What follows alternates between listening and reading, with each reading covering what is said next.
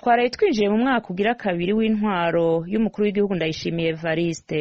Igihe yarahira mu kwa gatandatu umwaka wa 2020, abarundi b'umutima ushima baragize icizere c'uko hari bigiye guhinduka tukava mu kahitiye kabi. Umukuru w'igihugu Evariste Ndayishimiye yashikirije igihugu casinzikajwe n'umutekano muke, uburongozi bubi, n'itunganywa ribi ry'ivy'igihugu, ukudahana, ubutungane buri mu kwaha kwa leta, ubutunzi bugeze ahatemba, hamwe n'ikiza ca COVID-19 kititaweho namba n'ibindi n'ibindi.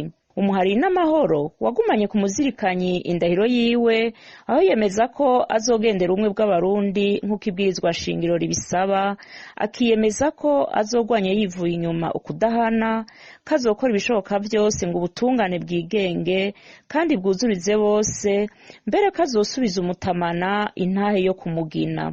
Umukuru w'igihugu ntiyarayobewe intambanyi yategerezwa kuvana mu nzira bivanye n'amagume igihugu cahitiyemwo kuva mu mwaka wa 2015, igihe yasubiriye umuhisi Petero Nkurunziza yari yahisemwo kwitoza mu kiringo ca gatatu kitemewe n'amategeko, ivyatumye haba imyiyerekano, ubutegetsi bwaburijwemwo bubanje gusesa amaraso ku bwinshi. Abarundi batari bake bahisemo kutarya umunwa, bariyamiriza ihonyangwa rya demokarasi n'amategeko, bahavuye babizira, baricwa, barapfungwa, barabezwa igufa, baranyuruzwa, barafatwa ku nguvu, abandi bakorerwa amabi afatiye ku gitsina n'ayandi mabi ahonyanga agateka n'ubwigenge bwa kiremwa muntu. Ivyo vyatumye ibihumbi amajana n'amajana y'abatavuga rumwe na leta hamwe n'abaharanira agateka ka zina muntu n'uruhara mu burongozi bw'igihugu bahungira, bamwe hagati mu gihugu abandi hanze y'igihugu, bazira gusa ko banse kubabaja. Kuva ubwo hari haheze imyaka 5 abategetsi b'igihugu ku ngero zose, bamwe mu bajejwe umutekano hamwe n'imbonerakure bugaraniye abanyagihugu mu mahano no mu kababaro. Inyuma y'umwaka ashikiriye ubutegetsi, umukuru w'igihugu Ndayishimiye Evariste aracabandanya ashikiriza amajambo meza, aho yiyemeza gusezerera burundu ukudahana, ibiturire, ubukene hamwe no gushira imbere intwari ibereye. Ariko ingiro iracari kure nk'ukwezi. Uburundi n'ubu ntiburirimba, nta kirahinduka, igihugu kiracarira, kiririra abana bacu bishwe urw'agashinyaguro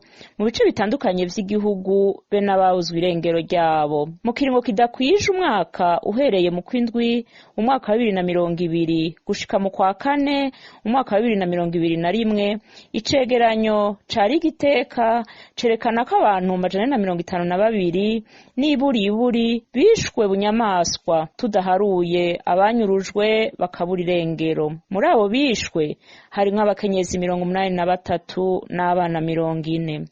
Umuhari n'amahoro ateye akamo umukuru w'igihugu gashire mu ngiro ivyo yamayemerera abarundi kuva bashize ku butegetsi.